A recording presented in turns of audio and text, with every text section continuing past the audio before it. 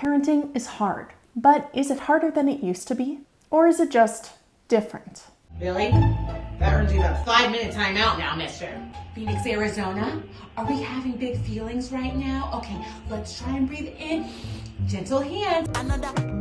Baby, calm down, calm down. If I tell you, say I love you, no dare for me younger. The U.S. General Surgeon put out a public health advisory about how modern stresses impact parents' mental health. But today, families must also contend with new challenges, navigating technology and social media, a youth mental health crisis, an epidemic of loneliness that is hitting young people the hardest, and a hyper-intense culture of comparison that often leaves parents and kids feeling like they are not good enough. Now, stress in parenting and questioning everything you're doing isn't anything new. The Greatest Generation raised children during the First and Second World Wars. Their children were parents during the rise of the nuclear bomb. A family is a team that works together, and Tommy would like to be on that team. Baby boomers raised children in the era of helicopter parenting and stranger danger.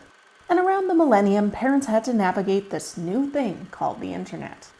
There's no data to tell us what was worse or what was better, but we do know that parents today are spending more time with their children. And that can add pressure, especially when most parents today now work outside the home, while many also feel a need to invest more energy and affection into their kids. This is what I've been seeing for years, so it's pretty obvious. And in another sense, kind of happy that it's front and center as the conversation, because a lot of parents are alone in feeling like this and feel kind of ashamed and isolated. Information is now available at every parent's fingertips. There is having kids, and then there is the decision to be a parent.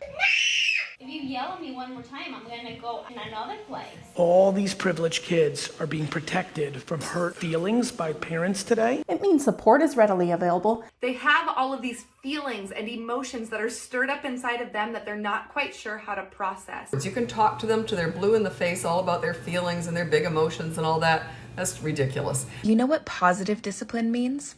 Discipline comes from the Latin word disciplina, which means learning. Our children are still learning. But is constantly being bombarded with content a good thing? I think it's a double-edged sword. We know so much more, and we still just have to make the choices to do what is best for us and our families with the information that we have. We are just inundated all day, every day. And it sort of reminds me, like ignorance is bliss. Like it was easier when we just didn't know as much.